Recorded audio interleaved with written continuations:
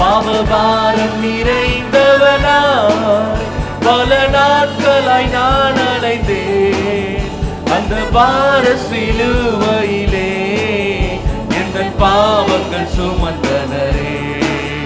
பாவபாரம் நிறைந்தவனாய் பல நாட்களாய் நான் அலைந்தேன்.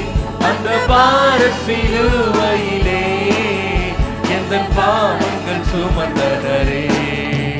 உள்ளமானந்த கீதத்திலே வெள்ளமாகவே பாய்ந்திடுதே எந்த ஆத்துமனேசர்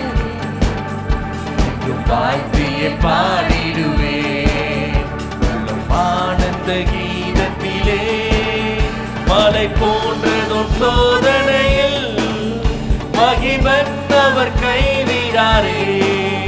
கல்வாரியின் அன்பினிலே கனிவோடு என்னை அணைத்துக் கொள்வார். மலை போன்றதொரு சோதனையில் மகிமன் அவர் கைவிடாரே. கனிவோடு என்னை அணைத்துக் கொள்வார். உள்ளமானந்த கீதத்திலே வெள்ளமாகவே பாய்ந்திடுதே எந்த ஆத்துமனேசர் என்றும் வாழ்த்தியே பாடிடுவே. ஆண்டவரும் இரட்சகருமாகிய இயேசுவின் நாமத்தினாலே இந்த நிகழ்ச்சியை பார்த்து கொண்டிருக்கிற உங்கள் அனைவரையும் வாழ்த்தி வரவேற்பதில் மிகுந்த மகிழ்ச்சி அடைகிறேன். கர்த்தர் தாமே உங்களை ஆசீர்வதிப்பாராக.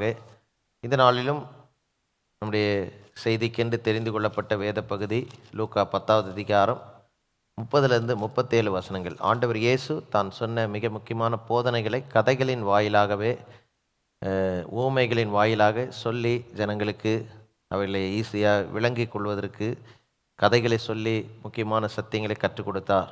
ஒரு நாளிலே அநேக ஜனங்கள் மத்தியில் போதித்து கொண்டிருக்கிற வேளையில் சொன்ன ஒரு அருமையான ஒரு கதை.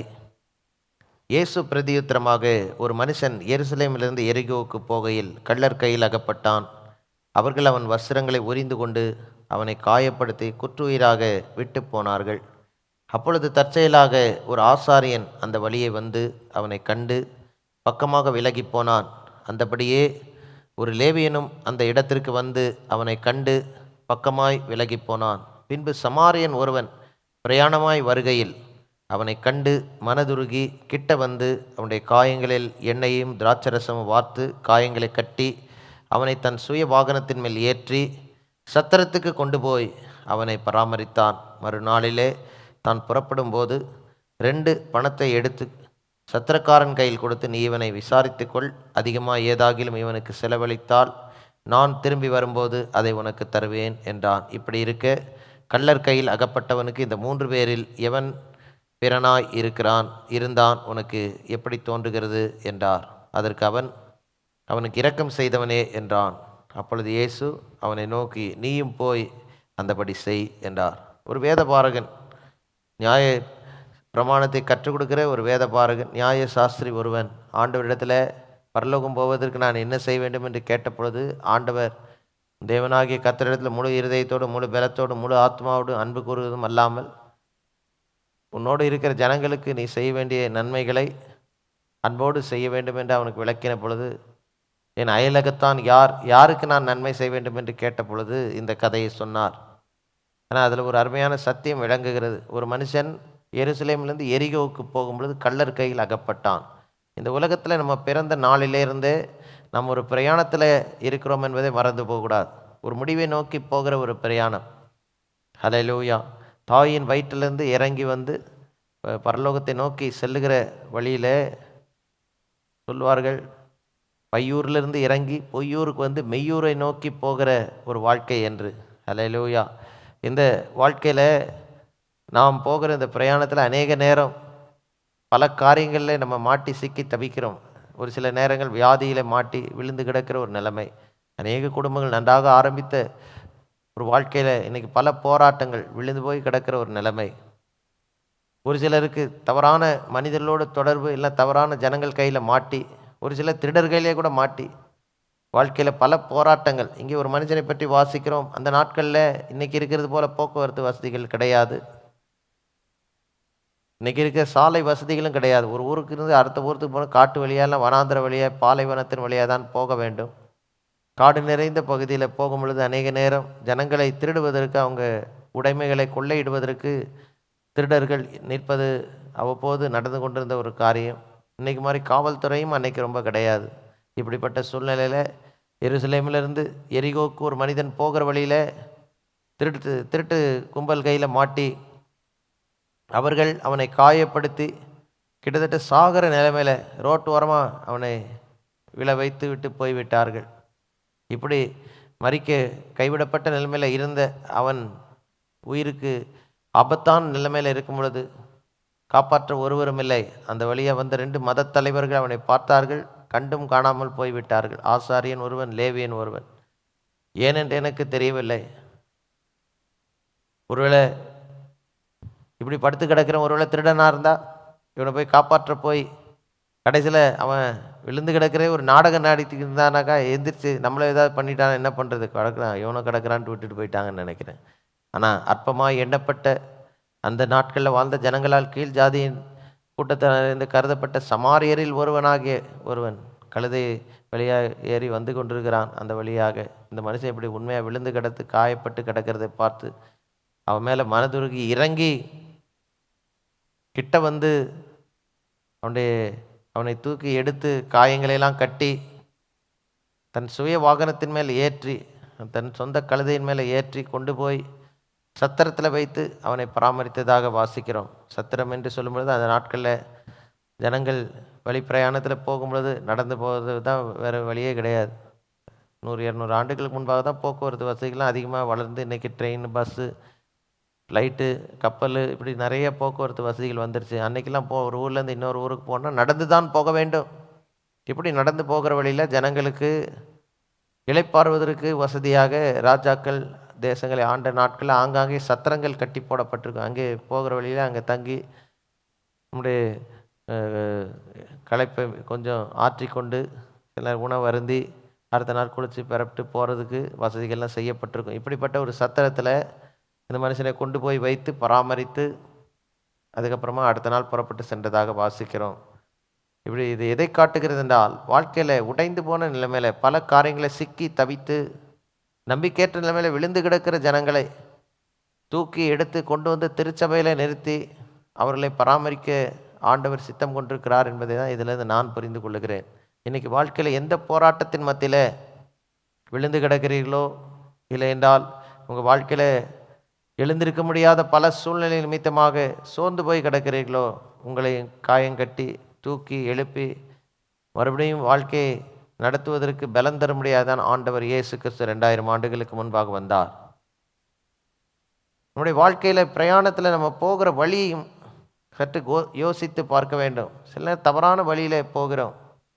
தேவனுடைய பார்வையில் நீங்கள் பார்க்கும் பொழுது நம்முடைய வழியை குறித்து நீங்கள் பார்த்தீங்க, நம்ம போகிற பாதையை குறித்து ஆண்டவர் மேலேருந்து பார்க்கும் பொழுது 2 நாளாகமம் 7வது அதிகாரம் 14வது வசனத்தில் இப்படியாக சொல்லுகிறார்: என் நாமம் தரிப்பிக்கப்பட்ட என் ஜனங்கள் தங்களை தாழ்த்தி தங்கள் பொல்லாத வழிகளை விட்டு என் முகத்தை தேடி தங்கள் பொல்லாத வழிகளை விட்டு திரும்பினால் அப்பொழுது பரலோகத்தில் இருக்கிற நான் கேட்டு அவர்கள் பாவத்தை மன்னித்தவள் தேசத்துக்கு சேமத்தை கொடுப்பேன் என்று சொல்லுகிறேன். இன்னைக்கு பாருங்கள், நம்ம போகிறது சில நேரம் ராங் ரூட். அதனால தான் இப்படி மாட்டிக்கிட்டு விழுந்துக்கிட்டு இருக்கிறோம்.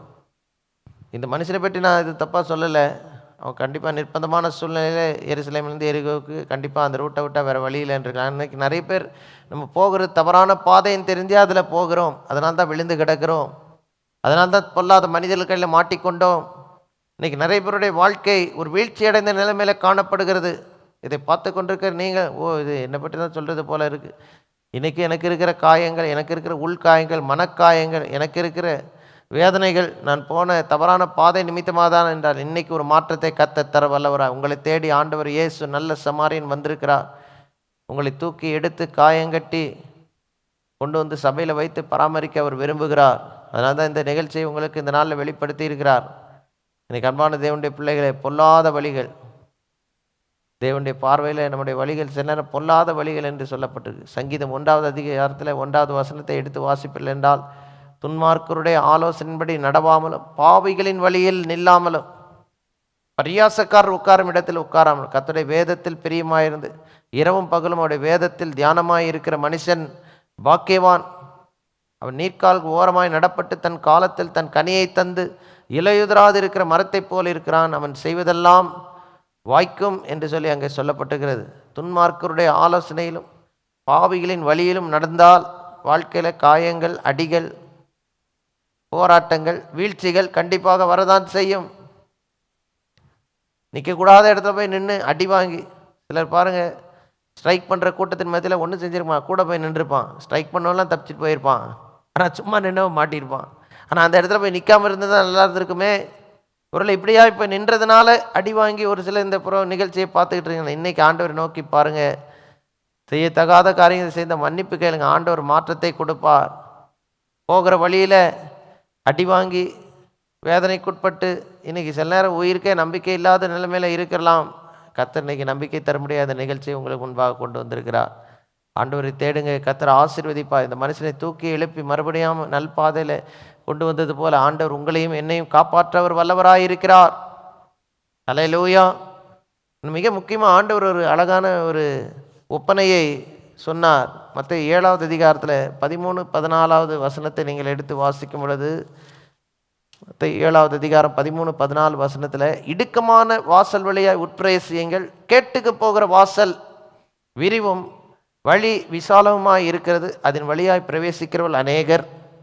ஜீவனுக்கு போகிற வாசல் இடுக்கமும் வழி நெருக்கமுமாய் இருக்கிறது, அதை கண்டுபிடிக்கிறவர்கள் சிலர் என்று சொன்னார். அன்பான தேவனுடைய பிள்ளைகளே, இந்த உலகத்தில் இருக்கிற எல்லாருமே 2ல் ஒரு வழியில் தான் போய் கொண்டிருக்கிறோம்.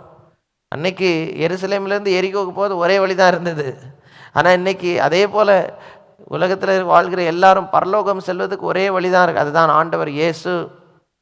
அல்லேலூயா. அவரை ஏற்றுக்கொள்ளாமல் அவருக்கென்று வாழாமல் இன்றைக்கி அவருடைய ஆளுகை உள்ளத்தில் இல்லை என்றால் கேட்டுக்கு நேராக போகிற பாதையில் போயிட்டுருக்கு. இன்றைக்கி தப்பு பண்ணுறதுக்கு ஏகப்பட்ட கூட்டம் இருக்கிறது. பாருங்கள், ஒரு அசுத்தமான படத்தை பார்க்குறதுக்கு சினிமா தியேட்டருக்கு முன்னால் டிக்கெட்டு க்யூவில் நிற்கிறான். ஒரு டாஸ்மாக் கடையில் பார்க்குற ஒரு நாள் ஒரு நீள க்யூ நிற்கிது. கவுண்டர் மாதிரி போட்டு அது பின்னால் க்யூ ஃபார்ம் பண்ணி அங்கே போலீஸ் ப்ரொடெக்ஷனோட டாஸ்மாக் விற்பனை ஒரு இடத்துல நடந்து கொண்டு ரொம்ப வருத்தமாக இருந்தது. தீமை செய்வதற்கும் தங்களை கெடுத்துக்கொள்வதற்கும் இன்றைக்கி ஜனக்கூட்டம் எவ்வளோ இருக்கிறது. 1 கோடி பேர் தப்பு பண்ணாலும் தப்பு தாங்க. அதான் சொல்கிறார், கேட்டுக்கு போகிற வழி விசாலமாக இருக்குது, அதில் போகிற அநேகர். ஆனால் அடுத்து ஒன்று சொல்கிறார் பாருங்க, 14வது வசனத்தில், மற்ற 7:14, ஜீவனுக்கு போகிற வாசல் இடுக்கமும் வழி நெருக்கமுமாய் இருக்கிறது, அதை கண்டுபிடிக்கிறவர்கள் சிலர். இன்னைக்கு பாருங்கள், நிறைய பேருக்கு தெரிய மாட்டேங்க. இன்றைக்கி லைஃப் ஒரு பிரயாணம், ஒரு பாதையில் போய் கொண்டிருக்கிறோம். சரியான பாதையில் போய் தேவனுக்கு பரலோகத்தில் வந்து சேரணும்னு ஆண்டவர் விரும்பி தான் இன்றைக்கி தம்முடைய குமாரன் இயேசுவை இந்த உலகத்துக்கு பரலோகம் செல்லும் வழியாக அனுப்பினார். அல்லேலூயா. வாழ்க்கையில் விழுந்து கிடக்கிற, வழியில் விழுந்து கிடக்கிற நமக்கு தேவன் செய்த சில முக்கியமான காரியங்களை இன்றைக்கி சொல்லி சுருக்கமாக உங்களுக்காக நான் ஜெபிக்க இருக்கிறேன். அன்பான தேவனுடைய பிள்ளைகளே, இந்த மனுஷனுடைய நிலைமை, விழுந்து கிடந்த மனுஷனுடைய நிலைமை, வேறு எந்த மனிதர்களும் அவனால் உதவி செய்ய முடியல. ஒருவேளை குடும்பத்தினர் அவனோடு இருந்திருந்தால் ஒருவேளை காப்பாற்றிருப்பாங்க, நண்பர்கள் இருந்தால் காப்பாற்றிருப்பாங்க. யாருமே இல்லை, தனிமையில் இருக்கிறது போல் ஒரு நிலைமை ஆயிடுச்சு அவனுக்கு. எருசலேம்லேருந்து எரிகோ போகும்போது இன்றைக்கி நிறைய பேருடைய வாழ்க்கையில் உங்கள் பிரயாணத்தில் நீங்கள் தனிமையாக தான் இருக்கீங்க. யாருக்குமே உங்களுக்கு இருக்கிற பிரச்சனை தெரியவில்லை, உங்கள் குடும்பத்தினருக்கு புரிந்து கொள்ள முடியவில்லை. இன்றைக்கி வருகிற அநேக பிரச்சனைகளுக்கு பெற்றோர் கூட உதவி செய்ய முடியாத அளவுக்கு நிர்பந்தமான சூழ்நிலை நாம் இருக்கிறோம். நிறைய நேரங்களில் தனிமைப்பட்டவாய் விழுந்து கிடக்கிறோமே, எனக்கு உதவி செய்ய ஆளிலே. நல்ல சமாரியனாகி இயேசு உங்களை தேடி வந்திருக்கிறார். அல்லேலூயா. போகிற பிரயாணத்தில் விழுந்து கிடக்கிற ஜனங்களுக்கு இயேசு செய்த சில முக்கியமான காரியங்களை இன்றைக்கி உங்கள் மத்தியில் சுட்டி காட்ட விரும்புகிறேன். அல்லேலூயா. முதல்ல நீங்கள் பார்க்கும் பொழுது யோவான் 14வது அதிகாரம் 6வது வசனத்தை நீங்கள் எடுத்து வாசித்தால் அங்கே இப்படியாக சொல்லப்பட்டிருக்கிறது, அதற்கு இயேசு, நானே வழியும் சத்தியமும் ஜீவனுமாய் இருக்கிறேன், என்னை அல்லாமல் ஒருவனும் பிதாவினிடத்தில் வரான். இன்றைக்கி அன்பான தேவனுடைய பிள்ளைகளே, 2000 ஆண்டுகளுக்கு முன்பாக இயேசு கிறிஸ்து வழி காட்ட வரவில்லை, அவரே வழியாக வந்தார். நான் நிறைய முறை இப்படிப்பட்ட நிகழ்ச்சிகளில் சொல்லியிருக்கிறேன். இங்கேருந்து அல்லேலூயா ஒரு ஊர்லேருந்து இன்னொரு ஊருக்கு போகிறதுக்கு இன்றைக்கி நல்ல வசதியான ரோடு இருக்கிறது. காரில் பார்த்தீங்கன்னா 100, 120, 140 கிலோமீட்டரில் போகிறாங்க. வேகமாக அடிச்சுட்டு சிலர் அதை காட்டிலும் வேகமாக போய் சிலர் ஆக்சிடெண்ட் ஆகி உயிர் சேதம் கூட உண்டாகி விடுகிறது. அவ்வளோ ஆனால் வசதியான ரோடுகள் போடப்பட்டிருக்கிறது. சில மலை பிரதேசங்களில் பார்க்கும் பொழுது மேட்டுப்பாளையத்துலேருந்து ஊட்டிக்கு போகிறதுக்கு ரூட்டு போட்டிருக்கிறாங்க. அந்த மலை வழியாக போகிறதுக்கு ரோடு மாத்திரமல்ல, ரயில் பிரயாணத்துக்கும் தண்டவாளத்தையும் போட்டு வச்சுருக்கிறாங்க. இன்றைக்கி நம்ம ரொம்ப வசதியாக பஸ்ஸில் டிக்கெட் ஒரு 100-200 கொடுத்தாக்கா மேட்டுப்பாளையத்துலேருந்து ஊட்டியில் கொண்டு போய் விட்டுருவான்னு நினைக்கிறேன். ட்ரெயின் பிரயாணம்னா 300-400 ரூபாய்க்கு கீழேருந்து டிக்கெட்டு ஈஸியாக கிடைக்கிறது. ஆனால் இன்றைக்கி நம்ம ஈஸியாக பயன்படுத்துகிற இந்த போக்குவரத்து வசதிகளை உண்டாக்குவதற்கு எத்தனை பேர் பாடுபட்டார்களோ தெரியல. அநேக ஜனங்கள் அந்த மலையில், அதாவது ரோடு அமைப்பதற்கு தோண்டி ஒரு குண்டு போட்டு வெடித்து அந்த மலையை உடைத்து வழியை உண்டாக்கி ஒரு சில உயிர் சேதங்கள் கூட ஆகியிருக்கும். அதெல்லாம் மத்தியில் தான் இன்றைக்கி வசதியாக மேலே மலை உச்சிக்கு செல்வதற்கு வழி உண்டாக்கப்பட்டிருக்கு. ஆனால் இங்கேருந்து பரலோகம் போவதற்கு யார் வழி உண்டாக்க முடியும்? எந்த மனுஷன் உண்டாக்க முடியும்? விண்வெளி ஆராய்ச்சி இன்றைக்கி எவ்வளோ வளர்ந்து அவங்க இவ்வளோ கஷ்டப்பட்டு பண்ணினாலும் பக்கத்தில் இருக்கிற நிலாவுக்கு போகிறதுக்கே அவ்வளோ கஷ்டப்படுறாங்க. அதுக்கு மேலே யாராலையும் போக முடியல இது வரைக்கும். அதுக்கு மேலே என்ன இருக்குன்னு போய் மனுஷன் போய் பார்த்து விட்டு வர முடியவில்லை. எப்படி போகலாம் என்று சொல்லி இன்றைக்கி யோசித்து கொண்டிருக்கிறாங்க. அவ்வளோதான் மனுஷனுடைய அறிவு. இப்படி இருக்க தேவன் இருக்கிற பரலோகத்துக்கு செல்வதற்கு யார் வழி உண்டாக்க முடியும்? வழியாக வந்த இயேசு ஒருவர் தான் வழியாக இருக்கிறார். இன்னைக்கு பரலோகம் செல்ல வேண்டும் என்றால் தேவனிடத்தில் போய் சேர வேண்டும். வாழ்க்கை பிரயாணத்தின் முடிவு தேவராஜ்யத்தில் போய் முடிய வேண்டும் என்றால் ஆண்டவர் இயேசுவை பற்றி கொண்டால் மாத்திரமே ஹல்லேலூயா அது சாத்தியமாக மாறும். இந்த வழியை அவர் எப்படி உண்டாக்கினார்? எபிரேயர் 10வது அதிகாரத்தில் நீங்கள் எடுத்து வாசிக்கும் பொழுது 19, 20, 21, 22 வசனங்களை வாசித்தால் அங்கே இப்படியாக சொல்லப்பட்டிருக்கிறது. தேவனிடத்தில் போய் சேர்வதற்குரிய வழியை தம்முடைய சொந்த இரத்தத்தினாலே அவர் சம்பாதித்தார் என்று சொல்லப்பட்டிருக்கிறது. அன்பான தேவனுடைய பிள்ளைகளே, இந்த லென்ட் சீசனில் ஆண்டவர் இயேசுவின் பாடு மரணம் குட் ஃப்ரைடே கொண்டாடப்படுவதற்கு முன்பாக இந்த 40 நாட்களில் உட்கார்ந்து இயேசு எதற்காக மரித்தார்னு அநேகர் தியானித்து சிந்தித்து தங்கள் வாழ்க்கையை பரிசுத்தமாக்கி கொண்டிருக்கிற நாட்கள். இன்னைக்கு இயேசு மரித்ததுக்கு ஒரு முக்கியமான காரணம், நீங்களும் நானும் தேவாதி தேவனிடத்தில் தேவனுடைய சந்நிதியில் வந்து நிற்பதற்கு ஒரு வழியை உண்டாக்கும்படியாக தன் இரத்தத்தை கிரயமாக செலுத்தினார். எபிரேயர் 10வது அதிகாரத்தில் 19, 20, 21 வசனத்தை வாசித்தால், ஆகையால் சகோதரரே, நாம் பரிசுத்த ஸ்தலத்தில் பிரவேசிப்பதற்கு இயேசுவானவர் தம்முடைய மாம்சமாகிய திரையின் வழியாக புதிதும் ஜீவனமான மார்க்கத்தை நமக்கு உண்டு பண்ணினபடியால், அந்த மார்க்கத்தின் வழியாய் பிரவேசிப்பதற்கு அவருடைய இரத்தத்தினாலே நமக்கு தைரியம் உண்டாயிருக்கிறபடினாலும், தேவனுடைய வீட்டின் மேல் அதிகாரியான மகா ஆசாரியர் ஒருவர் நமக்கு இருக்கிறபடினாலும், துர்மன சாட்சி நீங்க தெளிக்கப்பட்ட இருதயம் உள்ளவர்களாயும் சுத்த ஜலத்தால் கழுவப்பட்ட சரீரம் உள்ளவர்களாயும் உண்மையுள்ள இருதயத்தோடும் விசுவாசத்தின் பூர்ண நிச்சயத்தோடும் சேர கடவோம் என்று சொல்லப்பட்டிருக்கிறது. நீங்கள் சொல்லப்பட்டிருக்கு பாருங்கள், 19, 20 தம்முடைய மாம்சத்தின் திரையின் வழியாக புதிதும் ஜீவனமான மார்க்கத்தை உண்டு பண்ணினபடியால் என்று சொல்லப்பட்டிருக்கு. இயேசு பட்ட பாடுகள் இன்றைக்கி பரலோகத்துக்கு செல்வதற்கு, தேவனை வந்து சேர்வதற்கு, பாவ மன்னிப்பை பெறுவதற்கு, தேவனுடைய பிள்ளைகளாக மாறுவதற்கு, முடிவில் தேவன் இருக்கிற பரலோக வீட்டுக்கு செல்வதற்கு ஒரு புதிய ஒரு வழியை உண்டாக்கினது. ஹல்லேலூயா. இயேசு கிறிஸ்துவின் இரத்தம் சகல பாவங்களை நீக்கி இன்னைக்கு சுத்திகரிக்கிறது. நம்முடைய வாழ்க்கையில் ஹல்லேலூயா நமக்கு ஒரு விடுதலை தருகிறது. நம்முடைய வாழ்க்கையில் தேவனுடைய சந்நிதியில் ஒப்புரவாக்குதலை கொடுக்கிறது. தேவனை நெருங்கி சேர்வதற்கு வழியை உண்டாக்கிவிட்டது. தேவனுக்கு மனுஷனுக்கு இடையே இருக்கிற பகைமையாய் சுவராய் இருக்கிற பாவத்தை ஆண்டவர் தம்முடைய சிலுவை பாடு மரணத்தினால் தகர்த்து மனிதனையும் தேவனையும் ஒன்றாக்கினார். இன்றைக்கும் பாருங்க, ஆண்டவர் இயேசுவே இதை செய்தவர். யாரும் மனுஷனுடைய பாவத்துக்காக மரிக்கவில்லை. அதனால தான் இந்த இயேசுவின் அன்பை இன்னைக்கும் பிரசங்கித்து கொண்டிருக்கிறோம். இயேசு ஒருவர் தான் இன்னைக்கு பாவ மன்னிப்பை அருள வல்லவர். வானத்தின் கீழ் மனுஷர் மத்தியில், அப்போஸ்தலர் நடவடிக்கைகள் 4வது அதிகாரம் 12வது வசனம் இப்படியாய் சொல்லுகிறது, வானத்தின் கீழ் மனுஷர் மத்தியில் இரட்சிக்கப்படுவதற்கு ஆண்டவர் இயேசுவின் நாமமே அல்லாமல் வேறொரு நாமம் கட்டளையிடப்படவில்லை என்று. இன்னைக்கு பாருங்க, காப்பாற்றப்படுவது பாவத்திலிருந்து, சாபத்திலிருந்து, அடிமைத்தனத்தில் இன்னைக்கு விட முடியாத பல கெட்ட பழக்கங்களை மனுஷனுக்கு பிசாசான் கொண்டு வந்து விட்டான். விளையாட்டாக ஆரம்பித்த அந்த குடிப்பழக்கம் இன்னைக்கு உங்களால் விட முடியல. பொல்லாத உறவுகள், சில ஆபாச இச்சைகள், இன்னைக்கு அநேகர் ஆன்லைன் சூதாட்டத்துக்கு கூட அடிமைகளாக இருக்கிறார்கள். அப்படிப்பட்டவர்களாம் இந்த நிகழ்ச்சியை பார்த்து கொண்டிருப்பீர்கள். சிலர் வீடியோ கேம்ஸ், சின்ன பிள்ளைங்க இன்னைக்கு விளையாடாமல் இருக்க கையெல்லாம் அப்படி நடுங்குது. இப்படிலாம் வந்து பெற்றோர்கள் வந்து சொல்லுகிறதை பார்க்கும் பொழுது ரொம்ப வருத்தமாக இருக்கிறது. ஒரே வழிதான், இயேசு கிறிஸ்துவை நீங்கள் நோக்கி பார்த்தால், ஆண்டவரே என் பாவத்தை மன்னின், உங்கள் இருதயத்தில் ஆண்டவர் இயேசுக்கு இடம் கொடுத்தீங்கன்னா நிச்சயமாகவே கர்த்தர் உங்கள் பாவத்தை மன்னிப்பார், உங்கள் நோய்களை குணமாக்குவார், உங்கள் வாழ்க்கையில் ஒரு விடுதலை தருவார். ஹல்லேலூயா, ஹல்லேலூயா. இதற்காகவே அவர் மரித்தார், இதற்காகவே தன் இரத்தத்தை சிந்தி மரித்தார். 2000 ஆண்டுகளுக்கு முன்பாக இயேசு மரித்த பொழுது ஹல்லேலூயா அவர் சம்பாதித்த பாவ மன்னிப்பு ரட்சிப்பினாலே இன்னைக்கு தேவனை நெருங்கி சேர்வதற்கு நமக்கு ஒரு வழியை உண்டாக்கி விட்டார். ஹல்லேலூயா.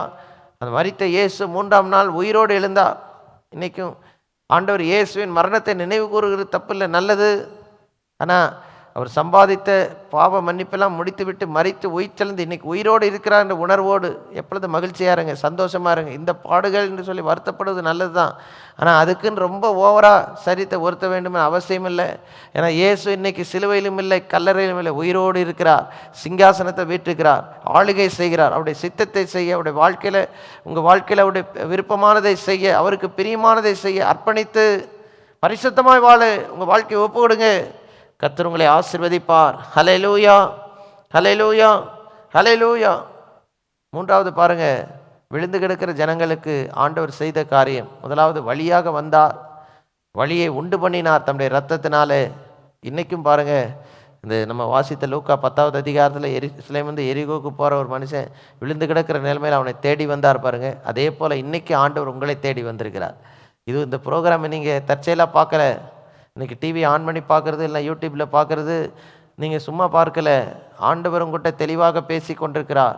உங்கள் நிர்பந்தமான நிலைமையில் உங்களை காப்பாற்றுவதற்காக உங்களிடத்தில் வந்திருக்கிறார். தேவன் இன்றைக்கும் அதை செய்து கொண்டிருக்கிறார். ஹல்லேலூயா. இன்றைக்கி தம்மை ஜனங்களுக்கு வெளிப்படுத்தி கொண்டிருக்கிறார். எப்படியோ அழிவை நோக்கி போயிட்டுருக்க நிறைய பேருக்கு கர்த்தர் தம்முடைய அன்பை வெளிப்படுத்துகிறார். தேவனுக்கு விரோதமாக தீவிரமாய் செயல்படுத்து, சபையை துன்புறுத்தி, தேவ பிள்ளைகளை சிறைச்சாலைக்கு உட்படுத்தி, அவள் கொலை செய்யப்படுவதற்கு அனுமதி கொடுத்து, இப்படிலாம் வேதனைப்படுத்தி கொண்டது சவுல் என்பவர் வாலிபன் தமஸ்குவுக்கு வேகமாக போகிற வழியிலே கர்த்தர் அவனை சந்தித்தார். போகிற வழியிலே கர்த்தர் சந்தித்தார். பொல்லாத வழியிலே கர்த்தர் அவனை சந்தித்தார். இன்னைக்கு நீங்கள் போகிற பாதையில், தீமையான பாதையில் கர்த்தர் இன்னைக்கு உங்களை சந்தித்திருக்கிறார். இன்றைக்கும் இதை செய்தவர் தேவன்தான். இன்னைக்கு மனம் திரும்புங்க, உங்கள் வாழ்க்கையை ஆண்டவர்கிட்ட ஒப்பு கொடுங்க. கர்த்தருக்கு பிரியமானதை செய்ய வாழ்க்கையில் இடம் கொடுங்க. கர்த்தர் நிச்சயமாகவே உங்கள் வாழ்க்கையை மாற்றுவார், ஆசீர்வதிப்பார், சாட்சியாக நிறுத்துவார். ஹல்லேலூயா. உங்களுக்காக நான் ஜெபிக்க போகிறேன். இன்றைக்கும் உங்கள் வாழ்க்கையில் இன்னும் ஆண்டவர் காட்டுகிற வழியை நீங்கள் பெற்றுக்கொள்ள, அறிந்து கொள்ள விரும்பினால் இந்த ஹோலி பைபிள் கர்த்தருடைய வசனத்தை எடுத்து நீங்கள் வாசிக்கணும். சங்கீதம் 119வது அதிகாரம் 105வது வசனம் இப்படியாக சொல்லுகிறது. ஹல்லேலூயா. Thy word is a lamp unto my feet and a light unto my path. உம்முடைய வசனம் என் கால்களுக்கு தீபமும் என் பாதைக்கு வெளிச்சமுமாய் இருக்கிறது. இன்னைக்கு வசனத்தை வாசிக்கவில்லை என்றால் இருளில் நடக்கிறது போல தான், இருட்டின் பாதையில் இருக்கிறது போல. இன்றைக்கி கர்த்தருடைய வார்த்தையாகிய வசனத்தை வாசிங்க, நடக்க வேண்டிய வழியை காட்டுவார். ஒரு மனுஷன் கர்த்தருடைய வசனத்தை வாசிக்கவில்லை என்றால், அதுக்கு இது இடம் கொடுக்க, அதன்படி செய்ய தன் வாழ்க்கையில் இடம் கொடுக்கலை என்றால், அவன் போகிற பாதை தவறான பாதையாக மாறிவிடும் கொஞ்ச நாட்களில். ஹல்லேலூயா. நீங்கள் நினச்சிக்கிட்டு இருக்கீங்க நான் சரியான பாதையில் போயிட்டு நல்லா தான் இருக்கிறேன்னு. இல்லை, நீங்கள் போகிற பாதை அழிவை நோக்கி போய் கொண்டிருக்கிறது. வசனத்தை வாசிங்க. ஹல்லேலூயா, ஹல்லேலூயா. கர்த்தருடைய வார்த்தையாகிய வசனத்தை வாசிக்க வாசிக்க தேவ ஆவியானவர் உங்களோடு கூட பேசுவார். ஹல்லேலூயா. இந்த வசனத்தை எழுதுவதற்கு காரணமாக இருந்த பரிசுத்த ஆவியானவர், தேவனுடைய ஆவியானவர் உங்களோடு இடைப்படுவார், உங்கள் வாழ்க்கையை மாற்றுவார், உங்களுக்கு தேவைகளை சந்திப்பார். இன்றைக்கு உங்களுக்காக நான் ஜெபிக்க போகிறேன். வழியும் சத்தியமும் ஜீவனுமாக இருக்கிற ஆண்டவர் இயேசுவின் நாமத்தில் இப்பொழுது உங்களுக்காக ஜெபிக்க போகிறேன். ஒருவேளை வாழ்க்கையில் பல போராட்டங்களை சந்தித்து இன்றைக்கி ஒரு விடிவு காலம் உண்டா என்று ஒரு கவலையோடு ஏக்கத்தோடு இருப்பீங்கன்னா, இன்றைக்கி நான் சொல்லுகிற ஜெபத்தை இப்போ என்னோடு கூட சேர்ந்து சொல்லுங்கள். உங்கள் வாழ்க்கையில் ஆண்டவர் இயேசுக்கு இடம் கொடுங்க. ராங் ரூட்லேருந்து ரைட் ரூட்டுக்கு ஒரு வினாடியில் கர்த்தர் கொண்டு வந்துடுவார். கேட்டுக்கு போகிற வழியிலிருந்து ஜீவனுக்கு போகிற பாதைக்குள் ஒரு வினாடியில் கர்த்தர் உங்களை கொண்டு வந்து விடுவார். ஹல்லேலூயா. உங்களுக்காக நான் ஜெபிக்க விரும்புகிறேன். கண்களை மூடி நம்ம ஜெபிப்போமா? கிருபையும் இரக்கம் நிறைந்த எங்கள் பரலோக தேவனே, சத்தமாக சொல்லுங்கள் இருக்கிற இடத்துல, ஆண்டவரே என் வாழ்க்கையில் உம்முடைய ஆளுகைக்கு இடம் கொடுக்க விரும்புகிறேன். என் பாவங்களை மன்னியும், உம்முடைய இரத்தத்தினாலே என்னை கழுவி சுத்திகரியும். உமக்கு சாட்சியாய், உமக்கு பிரியமாய், உமக்கு பரிசுத்தமாய் வாழ எனக்கு உதவி செய்யும். நல்வழிப்படுத்துங்க. சரியான பாதையில் என்னை கொண்டு வாரும். பரலோகம் போகிற வழியில் என்னை கொண்டு வந்து நிறுத்தி உம்முடைய நாமத்தை நீரேகமத்தில் மயம்படுத்த வேண்டுகிறோம். சாட்சி விளங்க செய் ஜெபிக்கிறோம். சகல துதிகன மகிமை உமக்கே ஏறெடுக்க என் குடும்பத்தையும் எதிர்காலத்தையும் ஆசீர்வதிக்க வேண்டுகிறேன். இயேசுவின் நாமத்தில் ஜெபிக்கிறோம் எங்கள் அருமை நல்ல பிதாவே, ஆமென். இந்த ஜெபத்தை நீங்கள் செய்திருப்பீர்கள் என்றால் ஆண்டவர் உங்களுடைய வாழ்க்கையில் வந்திருக்கிறார். இன்னைக்கு உங்கள் பாவங்களெல்லாம் மன்னித்துரு. இன்னும் ஆண்டவரை பற்றி அறிய கர்த்தருடைய வசனத்தை வாசிங்க. நல்ல சபைக்கு போய்கிட்டு இருக்க, தொடர்ந்து சர்ச்சுக்கு போய் உங்கள் பாஸ்டருடைய அறிவுரை கேட்டு அதன்படி நடவுங்க. இது வரைக்கும் எந்த சர்ச்சுக்கும் போகாதவர்களாக இருப்பீர்கள்னா உங்கள் பக்கத்தில் இருக்கிற அருகாமையில் இருக்கிற திருச்சபைக்கு சென்று கர்த்தருடைய வசனத்தை கேட்டு அதன்படி நடக்க ஆரம்பிங்க. உங்கள் பாதையை கர்த்தர் மாற்றுவார், ஆசீர்வதிப்பார், குடும்பத்தை ஆசீர்வதிப்பார், செழிப்பாக்குவார். ஒரு நாளில் பரலோகத்தில் கொண்டு போய் உங்களை சேர்ப்பார். உங்கள் தனிப்பட்ட தேவைகளுக்காக இப்போ ஜெபிக்க விரும்புகிறேன். கண்களை மூடி நம்ம ஜெபம் பண்ணுவோமா? கிருபையும் இரக்கம் நிறைந்த எங்கள் பரலோக தேவனே, ஆசீர்வதிக்கப்பட்ட இந்த அருமையான நாளிலும் இந்த நிகழ்ச்சியில் இவ்வளோ நேரம் பொறுமையோடு பார்த்து கொண்டிருக்கிற ஒவ்வொருவருக்காக, அவருடைய குடும்பங்களுக்காக ஜெபிக்கிறேன். அவருடைய வாழ்க்கையின் தேவைகள் சந்திக்கப்படுவதாக. அன்னைக்கு ஆண்டவரே கல்லர் கையில் அகப்பட்டு விழுந்து கிடந்த ஆண்டவரே சாக கொடுக்கப்பட்ட நிலைமையில் இருந்த மனிதனை ஆண்டவரே நீர் காப்பாற்றி காயங்கட்டி கொண்டு போய் சத்திரத்தில் பராமரித்தது போல இவர்களையும் ஆசீர்வதித்து பாதுகாத்து வழிநடத்தி காயங்களை கட்டி ஆண்டவரே தகப்பனே வாழ்க்கையில் ஒரு மாற்றத்தை கொடுத்து ஆறுதலை தந்து ஆண்டவரை நல்வழிப்படுத்தும்படியாக ஜெபிக்கிறேன். குடும்பங்களை வேதனைப்படுத்துகிறேன், இவளுடைய வாழ்க்கையை வேதனைப்படுத்து சகல வியாதிகள், நோய்கள், பலவீனங்கள் முற்றிலுமாய் நீங்கி பரிபூர்ண சுகமுண்டாவதாக. இப்படி விரோதமாக எழும்புகிற எல்லா பொல்லாத பிசாசின் தந்திர ஆலோசனைகள் முறியடிக்கப்படுவதாக. எல்லா பில்லி சூனிய மாந்திரிக கட்டுகள் உடைக்கப்படுவதாக. வாழ்க்கையில் பல போராட்டத்தின் மீதுமாய் விழுந்து கிடந்து இன்னைக்கு சோர்வோடு இருக்கிற தூக்கி எழுப்புங்க. தற்கொலை எண்ணங்கள் இப்பொழுது இயேசுவின் நாமத்தில் நீங்கி போவதாக. வாழ்க்கையில் ஒரு புதிய நம்பிக்கை உண்டாகட்டும். நல்ல எதிர்காலத்தை இவர்களுக்கு தாரும். தடைப்பட்ட ஆசீர்வாதங்கள் வீட்டில் வந்து சேரட்டும். ஆண்டவரே, அநேக நாட்களாக பிரயாசப்பட்டு இன்னும் சம்பவியாத நல்ல காரியங்கள், திருமண பாக்கியம், குழந்தை பாக்கியம், குடும்பத்தினுடைய ஒப்புரவாக்குதல், சமாதானம், இதெல்லாவற்றையும் நீ தந்து வழிநடத்த ஜெபிக்கிறோம். இந்த நிகழ்ச்சியை பார்த்து கொண்டிருக்க ஒவ்வொருடைய கைகளில் இருக்கிற வேலை, தொழில், வியாபாரம், படிப்பு எல்லாவற்றும் கர்த்தருடைய ஆசீர்வாதத்தை தாரும். முக்கியமாக ஆண்டவரே ஹல்லேலூயா, இந்த மார்ச் மாதத்தில் ஆண்டவரே தகப்பனே தேர்வு எழுத போகிற, பொது தேர்வு எழுத போகிற எல்லாருக்கும் ஜெபிக்கிறோம். ஏற்கனவே பப்ளிக் எக்ஸாம் எழுதி கொண்டிருக்கிற 10th and 12th பிள்ளைகள், சிபிஎஸ்சி, ஐசிஎஸ்சி இப்படி போர்டில் எழுதுகிறவர்கள், ஸ்டேட் போர்டில் எழுதுகிற பிள்ளைகள் மார்ச்லேருந்து எழுத இருக்கிறாங்க. அவங்க எல்லாரையும் ஆசீர்வதிங்க. நல்லா படிக்க ஞானத்தை தாரும், உன்னத பலத்தை தாரும். அந்த குடும்பங்கள் மீது கர்த்தருடைய பாதுகாவல் இருக்கட்டும். பிள்ளைகள் நல்ல ஆண்டவரே தேர்வுகளை எழுதி உயர்ந்த மதிப்பெண்களை பெற்று தேர்ச்சி பெற உதவி செய்யும். ஆளுகை செய்யும், ஆசீர்வதியும், பலப்படுத்தும், பாதுகாத்தலும். இயேசு கிறிஸ்துவின் ஜீவனுள்ள நாமத்தில் மிக தாழ்மையோடு வேண்டுகிறோம் எங்கள் அருமை நல்ல பிதாவே. ஆமேன், ஆமேன்.